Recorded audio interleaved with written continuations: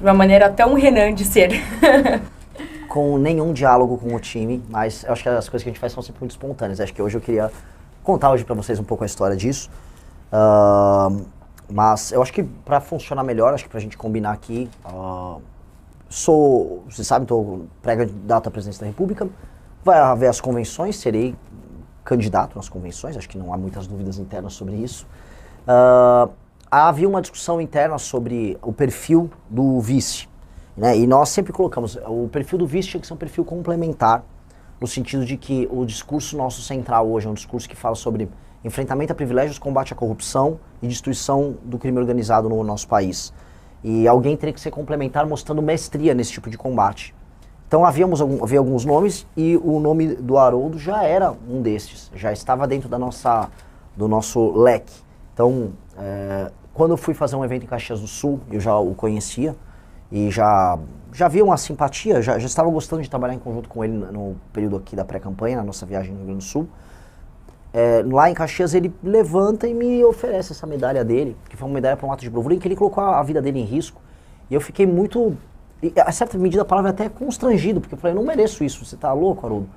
E ele foi lá e me colocou a medalha, e aí são esses pequenos momentos que a gente, enfim, pensa e fala, ok, isso aqui é histórico. Então eu convidei ele para ser vice na hora. Foi basicamente sem nenhum planejamento, para basicamente, né, o desespero da minha coordenadora de campanha, em que nós começou a ligar. A imprensa começou a ligar, começou a nos avisar, mas certas coisas precisam necessariamente ser espontâneas. A nossa pré-campanha, ela não é feita, e eu não quero aqui usar isso como um instrumento de marketing para dizer, mas ela é feita de coisas muito verdadeiras. Eu falo o que eu realmente penso sobre todos os assuntos que realmente nos interessam. Nós não estamos vendendo a mãe para tentar fazer o crescimento político que nós precisamos fazer. Nós ultrapassamos os governadores nas pesquisas justamente porque nós fazemos enfrentamento ao Lula e ao Flávio de maneira clara. E eu acho que nesse instante todo mundo da imprensa já percebeu. Nós não adotamos a estratégia que, com todo respeito, os governadores Zema e Caio adotaram de ficar sempre na sombra lá do Flávio. O Flávio tem um ponto. O Flávio Bolsonaro não tem um ponto. O Flávio Bolsonaro tem apenas que devolver a casa lá na praia pro Richarlison. Flávio Bolsonaro tem apenas que se explicar para sua esposa das suas aventuras ao redor do Brasil que ele fez com seu amigo Borcaro. Flávio Bolsonaro tem que explicar o escândalo da rachadinha. E é isso. Então, é muito errado a gente ficar assistindo essa postura dos demais pré-candidatos e não ser verdadeiros e honestos sobre o que eles realmente pensam sobre o próprio campo político e o campo da direita. E ao construirmos uma campanha, ou melhor, uma pré-campanha, tem que ser preciso nisso, falando o que a gente realmente pensa, falando o que a gente realmente sente, atos como esse, que envolvem o Haroldo, eles acontecem naturalmente, e isso nos deixa... São sincericídios. Sincericídio até no vice. Exato. Foi um cometimento de um sincericídio até na hora de apontar o vice da chapa. Eu venho falando de todos os problemas e soluções econômicas que nós vamos adotar no Brasil, que serão impopulares, e que se impopulares, terão que ser apresentados para as pessoas da mesma maneira, para não ser um estelionatário eleitoral. E ao fazer isso, novamente, e não se preocupar com as consequências em falar o que pensa e falar o que sente, estranhamente a gente cresce. E a gente vem crescendo do 1% aos 8% da última pesquisa Atlas, fazendo basicamente isso, fazendo um caminho muito sincero. Houve algumas conversas, que infelizmente algumas a gente ainda está em condições de revelar, sobre partidos querendo se aproximar para nomear vice, só que essa é a eleição de estreia do Partido Missão. A gente não está afim, não estava em nenhum momento afim de comprometer a nossa atuação com práticas que a gente não concorda, especialmente práticas do ponto de vista eleitoral. Nós não queremos nos comportar aqui como os únicos puros, os únicos perfeitos, mas a classe política brasileira ela está muito viciada no método eleitoral presente. E a gente fala não só da compra de votos, que é a premissa, a base do modelo eleitoral que nós temos aqui, mas também de um uso extensivo de dinheiro, compra de influenciadores que não bate com a gente. Então a gente falou, não será assim, vamos fazer uma chapa pura. E nesse sentido, a aproximação com o Haroldo foi muito, muito natural. Foi um processo natural. Eu acho que precisava alguém complementar. Meu maior problema é um problema de validação. Se eu fosse falar em termos meramente eleitorais, validação e aceite por parte das pessoas mais velhas. As pesquisas nos mostram que há um gap de gênero, de sexo aqui, coloquem um termo que preferir, mas quando a gente vai se aproximando das mulheres que realmente nos conhecem, a gente vai bem. O problema, de fato, é uma validação dentre as pessoas mais velhas, dado que eu sou um pré-candidato mais jovem e que desafia, em grande medida, os dois ídolos das pessoas mais velhas. O Lula, ele vai muito bem entre as pessoas com mais de 60 anos, e o Flávio Bolsonaro vai por causa do pai também, com as pessoas de 50 anos para cima. E o recado que está dado nisso é como se eu fosse um jovem desafiante junto aos ídolos dessas figuras. Então, uma figura como o do Haroldo é muito importante para mostrar que as pessoas mais velhas não precisam ficar presas nessa dicotomia. Os mais jovens, como a pesquisa Atlas mostrou, não estão presos. A dicotomia e a tal da polarização, quem quebrou fomos nós entre os mais jovens. Isso precisa ficar muito claro. Não foram nossos adversários. Todas aquelas construções de Simone Stebets da última eleição, ou mesmo o desenho dos governadores, aquilo fracassou. O que a pesquisa Atlas, agora dessa última semana, nos mostrou dentre os mais jovens, quem nos conhece, nós quebramos a dicotomia. A dicotomia ela está morta e ela está sendo sepultada. E onde ainda existe a dicotomia, com o lulismo e o bolsonarismo ainda de pé, é com pessoas que ainda não nos conhecem. Então, naturalmente, nós precisamos mostrar que há uma porta de saída para esses eleitores, que eles não precisam ficar presos no engano, que é o engano do lulismo e que é o engano do bolsonarismo. O Haroldo foi uma pessoa que esteve no PL, o partido do Bolsonaro, ele fez de maneira autônoma sua transição até o nosso grupo político, e eu acho que isso isso serve como uma espécie de exemplo, uma espécie de paciente zero, né? Ele é o primeiro dos homens da geração dele, uma figura do universo militar, do sul do Brasil, uma figura com uma diferença de idade com relação a mim, que olha e faz uma escolha consciente sobre um caminho que as gerações mais novas já adotaram. Então, eu acho que isso é muito simbólico, eu acho que isso é verdadeiramente bonito, e aí isso vai nos ajudar com certeza a fazer com as gerações restantes que ainda precisam nos conhecer, o que nós já fizemos entre os mais jovens, que é demolir a dicotomia Lula e Bolsonaro. Nós faremos isso de maneira clara. Passar a palavra, se quiser dar uma palavra aqui, e aí a gente abre para as perguntas com vocês, pode ser? Quando nós olhamos para o Renan,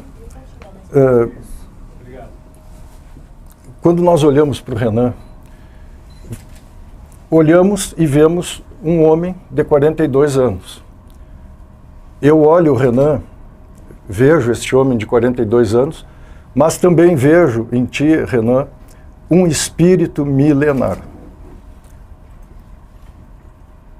Intuo que nós estamos cercados por espíritos de luz, e não necessariamente só os corpos físicos aqui presentes. Dito isto, antes de prosseguir brevemente, quero saudar os colegas jornalistas aqui presentes. Tenho o privilégio de atuar desde 1987 como jornalista militar, convidado que fui para fazer o Jornal dos Cadetes da Brigada Militar do Estado do Rio Grande do Sul, e com uma produção profícua de jornais, livros e revistas, fiz jornalismo na UBRA e depois na Uniriter. Então quero saudá-los nessa condição e elogiar, reconhecer os veículos da RBS e da Rede Record no Rio Grande do Sul, que trataram o lançamento pelo Renan da nossa pré-candidatura à vice-presidência da República com muito respeito e profissionalismo. Lendo a matéria do Correio do Povo e da Zero Hora hoje, que me foi mandada por amigos do Rio Grande do Sul, eu fiquei muito emocionado com o respeito da imprensa.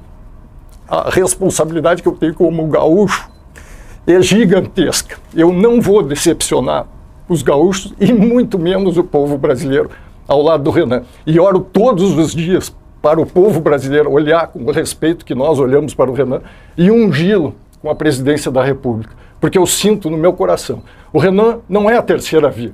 O Renan, para mim, é o único caminho a ser seguido, pelo histórico do governo atual e o histórico do governo que eventualmente poderia ser exercido por Flávio Bolsonaro. Considerando o histórico político de ambos, onde a improbidade administrativa, usarei um termo genérico, ela foi vilipendiada.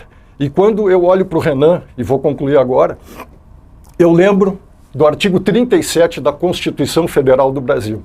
Lá estão elencados os princípios básicos da administração pública. E é fácil memorizarmos, porque a palavra alude à limpeza, limpe, legalidade, impessoalidade, moralidade, publicidade e eficiência. Lendo o que significa cada uma dessas palavras, eu vejo estas palavras amalgamadas no nosso pré-candidato à presidência da República. Então me perfilo e presto a minha continência garbosa e bem sincera à nação brasileira. e ao próximo presidente do Brasil, com a permissão dos brasileiros que vão nos assistir. Presidente.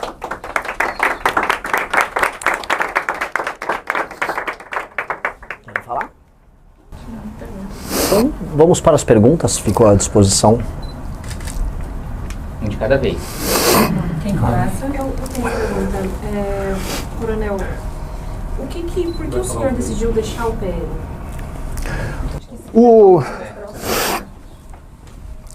Em 2018, eu olhei a candidatura de Jair Bolsonaro contra tudo aquilo que nós estamos vivendo naquele momento do país e decidi apoiá-lo como eleitor.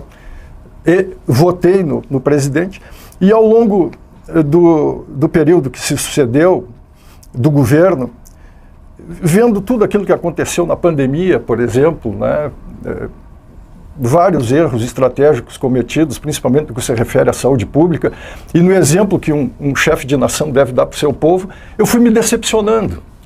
E aí, em 2024, ainda concorri lá a vereador em Porto Alegre pelo PL, fui boicotado, o pessoal não me botou na televisão, talvez por eu ser um homem independente, né? Não me guio aí por vaidades, muito menos por aspirar a algum benefício pela candidatura. Então, vi o surgimento do Missão, agora, ano passado, um heroísmo e bravura, idealismo e destemor nessa juventude que o Renan reúne. Eu não pensei duas vezes, estava lá, gosto muito de animais, vivo resgatando cachorro na rua com a minha filha. Gostei. Fiquei feliz de saber que a Amanda também faz o mesmo. Tenho 10 cachorros que eu peguei abandonados na rua, 5 deles dormem ao redor da minha cama e me sinto muito protegido com eles. E por todas essas circunstâncias aí, eu vendo que o Missão tem esse DNA com a pureza que tem o Kim, perdoe-me, deputado, o atrevimento, eu lhe vejo, o senhor transpirando amor ao Brasil, bondade, principalmente pela sua descendência japonesa, que para nós é um paradigma de reconhecimento. Eu disse, vou lá me apresentar para o Missão, não vou só cuidar dos meus pet filhos aqui, de outras espécies, mas vamos lá ajudar esses moços e essas moças. Amanda Vettorazzo, Ana Hering, falando contra facções criminosas. Olha a coragem das mulheres representantes do Missão, deputado Renan. Eu vou ficar lá na minha trincheira? Não, peguei, tirei o pijama, o pessoal em casa protestou um pouco, mas eu disse, não, eu vou lá me apresentar. Me apresentei, quis o destino que o Renan fizesse essa convocação agora. Eu tenho uma dúvida, eu tenho para os dois, na verdade, o senhor, há quanto tempo que o senhor está afiliado ao Missão e para o pré-candidato, para os dois também, assim, quais que serão as pautas prioritárias da chapa dos senhores? Eu vou responder a primeira pergunta e, naturalmente, o presidente tem muito mais legitimidade para falar sobre o restante da pergunta. O deputado Kim foi ao Rio Grande do Sul, dia 13 de abril, a juventude do Missão lá no estado me convidou, levei a minha filha, Natália, 29 anos, também protetora de animais, tem um banho e tosa. O Kim me encantou, eu já estava bem influenciado pela minha filha, com 29 anos. Aí depois de ouvir ele falar, foi feito um chamamento ali, Alexandre, nosso chefe do Estado-Maior aqui, do grupo do Renan, fui lá, me apresentei, me alistei no Exército da Missão. Sobre a agenda de Brasil, eu sempre coloco em todas as últimas entrevistas, já nem em ordem de prioridade, ordem de execução. Na transição a gente precisa passar a PEC do equilíbrio fiscal, que em 10 anos economiza 3,3 trilhões de reais, porque a crise fiscal que o Brasil está entrando ela é assustadora. Vocês devem ter visto os dados do CAGED, a economia brasileira já começou a travar. Nós temos que fazer alterações nas leis penais, leis de execução penal, e trazer o que a gente chama de direito penal do inimigo para que o presidente da República, já a partir do dia 5 de janeiro, possa iniciar um combate muito duro com relação a facções, para permitir que os brasileiros possam andar na rua e usufruir da sua liberdade, que hoje é meramente nominal. Há uma sensação por parte de todos os brasileiros, em todas as viagens isso fica claro, de que nós não acreditamos mais que as coisas aconteçam aqui. De que no Brasil você simplesmente as coisas vão se empurrando e elas estão indo sempre numa tendência descendente e nós nunca conseguimos resolver os problemas mais básicos da favelização das nossas cidades, do aumento da violência, da economia que nunca anda, aumento de impostos, inviabilidade das nossas cidades, do nosso modo de vida. Então, esses dois temas são dois temas centrais para que a gente possa andar.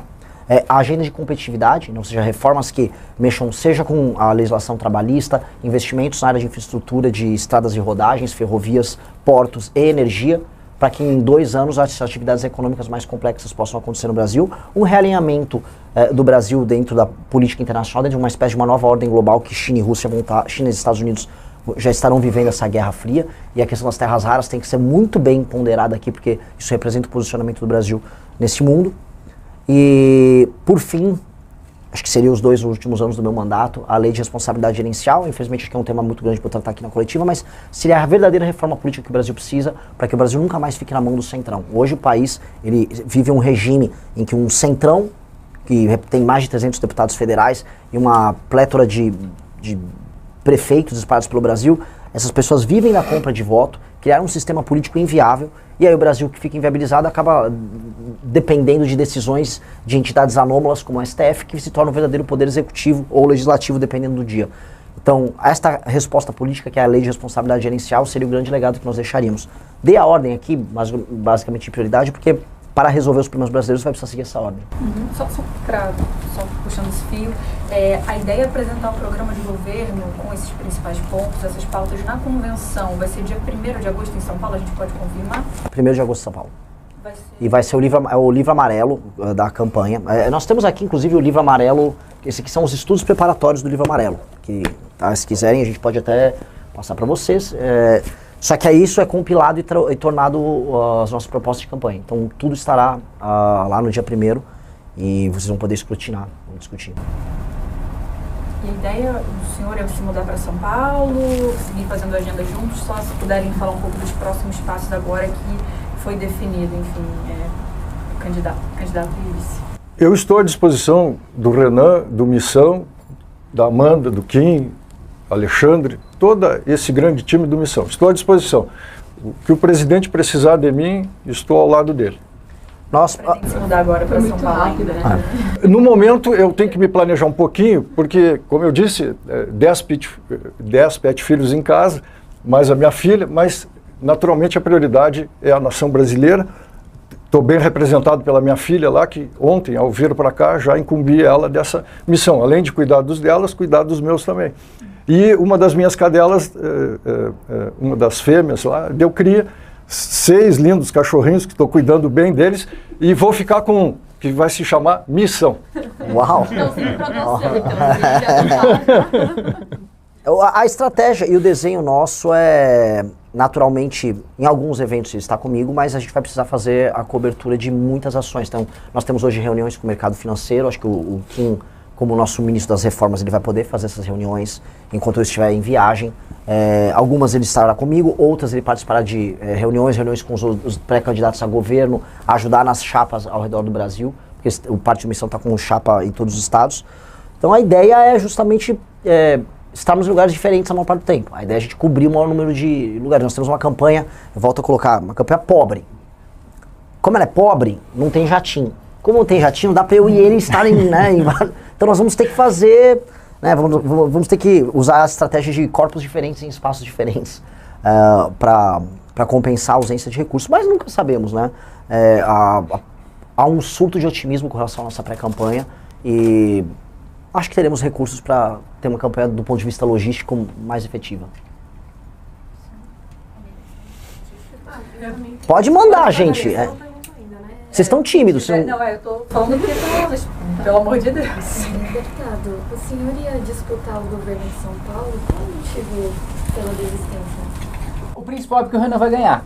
E o Renan precisa de um ministro de Estado para tratar da reforma fundamental, que é, como ele colocou, eu apresentei a PEC do equilíbrio fiscal, que precisa ser aprovada antes do Renan assumir, porque senão o Renan já assume com praticamente 100% das despesas sendo obrigatórias, sem nenhum espaço para discricionário, que significa fim de farmácia popular, fim de CAPES, fim de CNPq, zero investimento em segurança pública do governo federal, enfim, tudo que está nas despesas discricionárias, né, infraestrutura, por exemplo, acabaria do dia para a noite, então a gente precisa fazer digamos assim, uma PEC da transição às avessas, né? Então, como o Lula fez para gastar mais fora do teto, a gente vai cortar esses gastos e impor novos limites desvinculados à receita pública e desindexados do salário mínimo na fase de transição, para o Renan já assumir com o espaço fiscal para promover o programa de infraestrutura. A gente está falando no livro amarelo aí de mais de 30 mil quilômetros de malha ferroviária, a gente está falando também da instituição de um prontuário único com inteligência artificial para o SUS, a gente está falando da construção do maior presídio das Américas, enfim,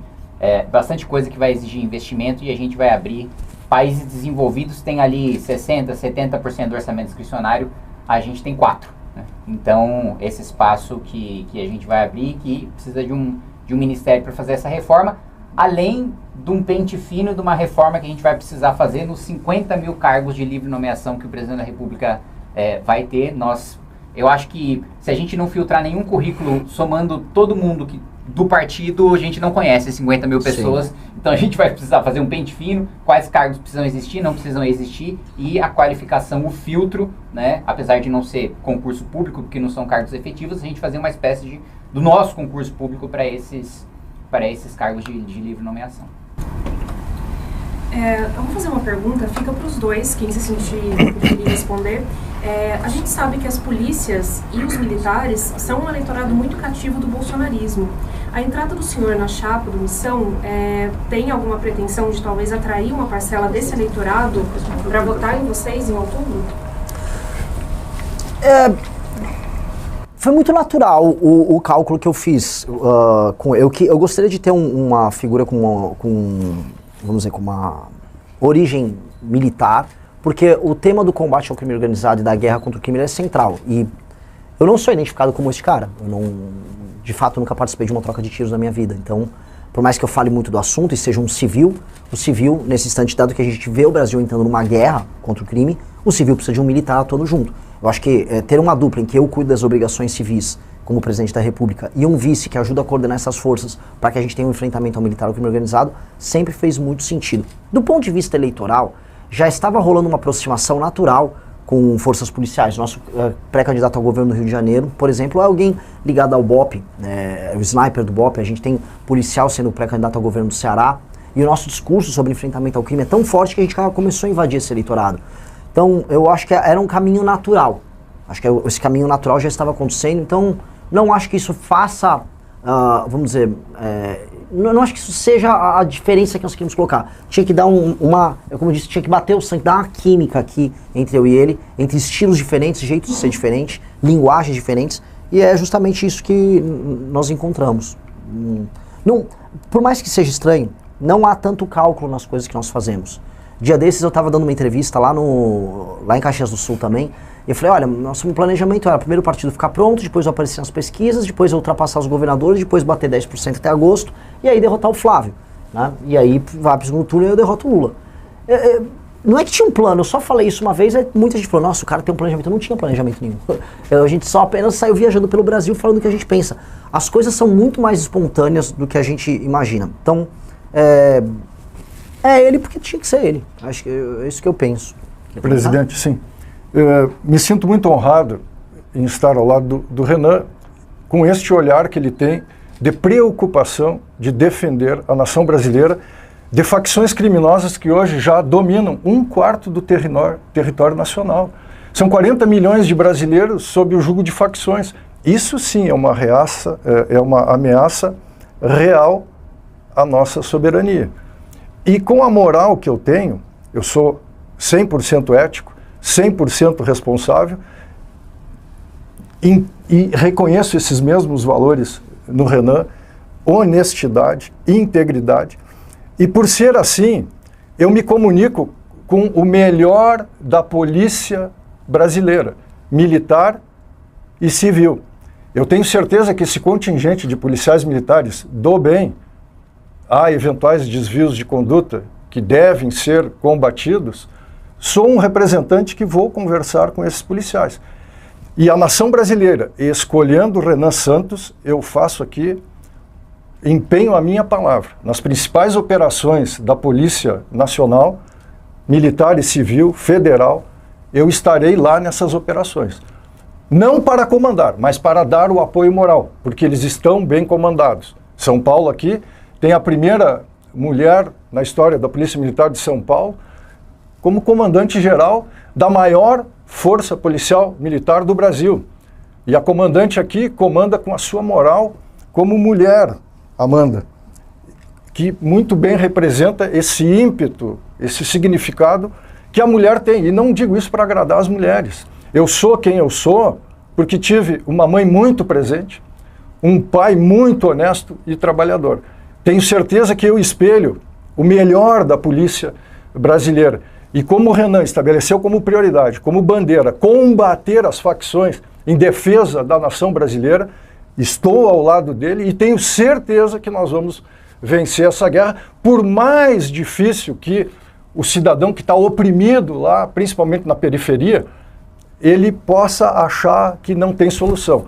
A pior solução é nós não enfrentarmos o problema com a esperança que o Renan desperta no melhor dos brasileiros. O trabalhador, aquele que levanta cedo e volta tarde para casa, aquele trabalhador que espera uma solução para os seus problemas.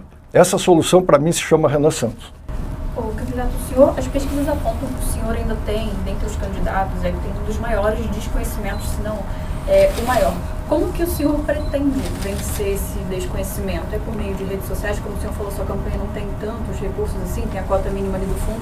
Como o senhor pretende vencer o desconhecimento?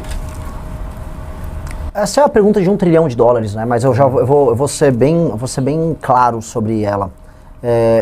O eleitor vai precisar me conhecer. E o eleitor, ele vai se abrir a novas opções a partir do momento que passar a Copa do Mundo. Copa do Mundo é um momento que as pessoas elas estão falando de outros assuntos. Naturalmente o engajamento de todo mundo nas redes sociais cai. E a partir do momento que passar esse período da Copa, o eleitor vai ter que começar a olhar, seja para as redes sociais, ou seja para a mídia tradicional, e procurar suas opções. Por que ele vai me conhecer e por que ele vai ter esse ímpeto em me conhecer mais que os demais? A questão estritamente lógica. Flávio Bolsonaro não tem chance contra o Lula em qualquer cenário do segundo turno, e as chances dele vão diminuir porque o envolvimento dele, seja com o crime organizado do Rio de Janeiro, seja com o senhor Vorcaro, seja com o Porto do passado, vão inviabilizar ele. Essa inviabilidade já é percebida por todo mundo. Quem está em terceiro, na prática? Sou eu. Então o eleitor vai ter que me conhecer.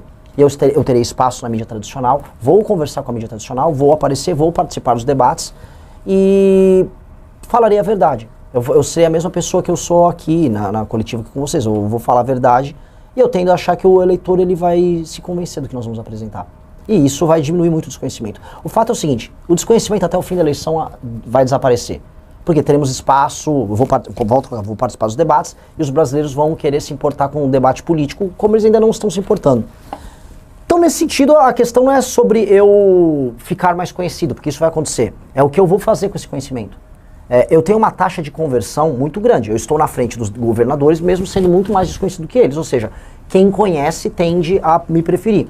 Onde me conhecem mais, que é dos jovens 16 a 24 anos, eu estou em primeiro nas pesquisas. Então acho que é muito sintomático. Onde eu sou mais conhecido, eu converto mais.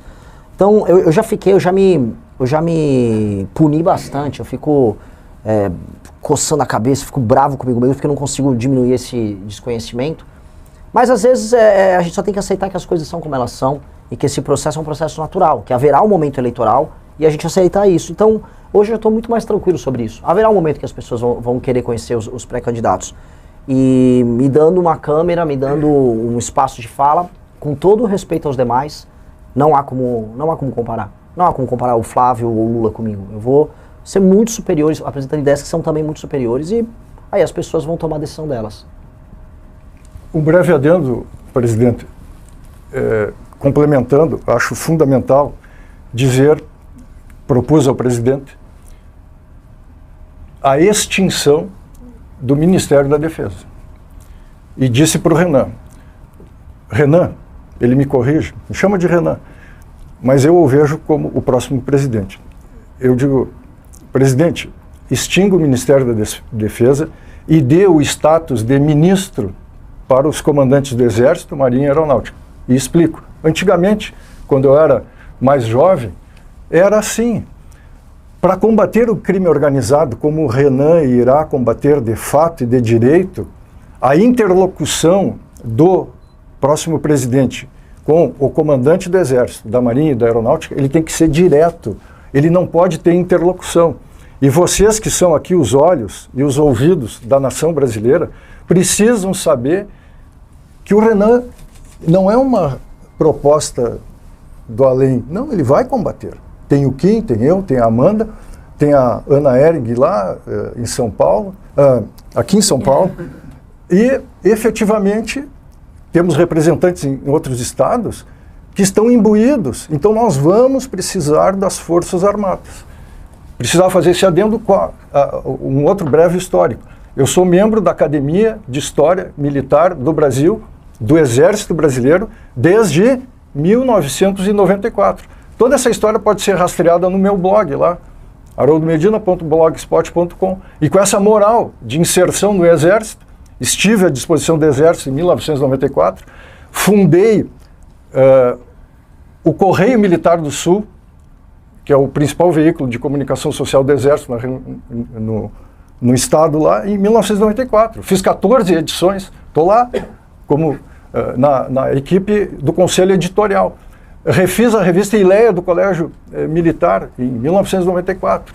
E assim por diante, o histórico é longo. Era isso, presidente. Desculpe se eu... Ok. Teremos candidato em São Paulo, no governo? Talvez. Estamos em conversas já com alguns quadros que a gente ainda não pode falar os nomes, mas a gente avalia. Mas precisamos ter e gostaria de ter. Sim, já estamos com pré-candidatos para governo em 9 estados, pelo menos. Eles estão indo bem melhor do que eu... Sou bem sincero, bem melhor do que eu imaginava. A pesquisa Atlas mostrou que o Partido Missão já está em terceiro na preferência do brasileiro. E aí isso se reflete em intenções de voto para absolutamente todos os nossos pré-candidatos ao governo. Foi uma coisa surpreendente no sentido positivo para a gente. Uma coisa importante de colocar em relação às candidaturas ao governo é que a eleição acaba sendo muito nacionalizada aos governos. Acabou aquela história de se eu tenho máquina, se eu tenho apoio regional, eu venço. Se isso ainda fosse verdade, Rodrigo Garcia era governador, né? A maior parte dos prefeitos estavam com ele era governador do estado, disputava a reeleição. A eleição do Tarcísio foi basicamente não pelo carisma próprio dele, mas pela nacionalização da eleição. Então acho que a candidatura do Renan fortalece bastante e nesse sentido é importante ter uma candidatura no estado de São Paulo, por isso que a gente se esforça para formar essa chapa e para anunciar para vocês, caso a gente confirme.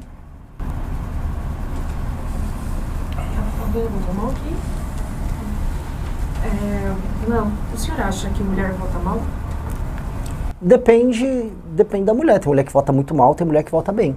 As mulheres, por exemplo, urbanas em Nova York, nos Estados Unidos, acho que votaram muito mal, fizeram campanha para o Mandame e votaram mal. Agora, em geral, uma mulher urbana negra aqui numa cidade como São Paulo, ela costuma votar melhor do que suas contrapartes de classe média, como homens mais velhos que bolsonarizam. Depende muito. Isso aí, pessoas podem votar mal, pessoas podem votar bem. Eu votei bem. Espero que vote bem nessa, Amanda. Eu vou votar bem, né? Pode ter certeza. Mais alguma pergunta? Fechou?